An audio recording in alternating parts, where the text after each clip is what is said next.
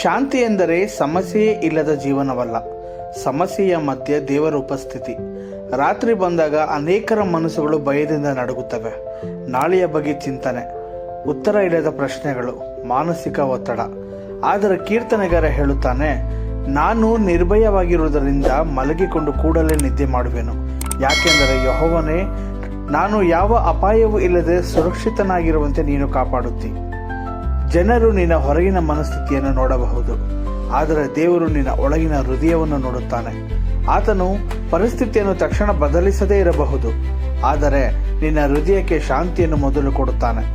ಈ ಲೋಕ ಕೊಡುವ ಸಂತೋಷ ಕ್ಷಣಿಕ, ಆದರೆ ದೇವರು ಕೊಡುವ ಶಾಂತಿ ದೀರ್ಘವಾದದ್ದು, ಶಾಶ್ವತವಾದದ್ದು. ಇಂದು ನೀನು ಮಲಗುವಾಗ ಆತಂಕವು ಆವರಿಸಿದೆಯಾ? ಒಂದು ಮಾತು ನೆನಪಿರಲಿ, ನಿನ್ನ ಮೇಲೆ ದೇವರ ಕೈ ಇದೆ. ನೀನು ಶಾಂತಿಯಿಂದ ಮಲಗಬಹುದು. ದೇವರು ನಿನ್ನ ಸಮೀಪದಲ್ಲೇ ಇದ್ದಾನೆ.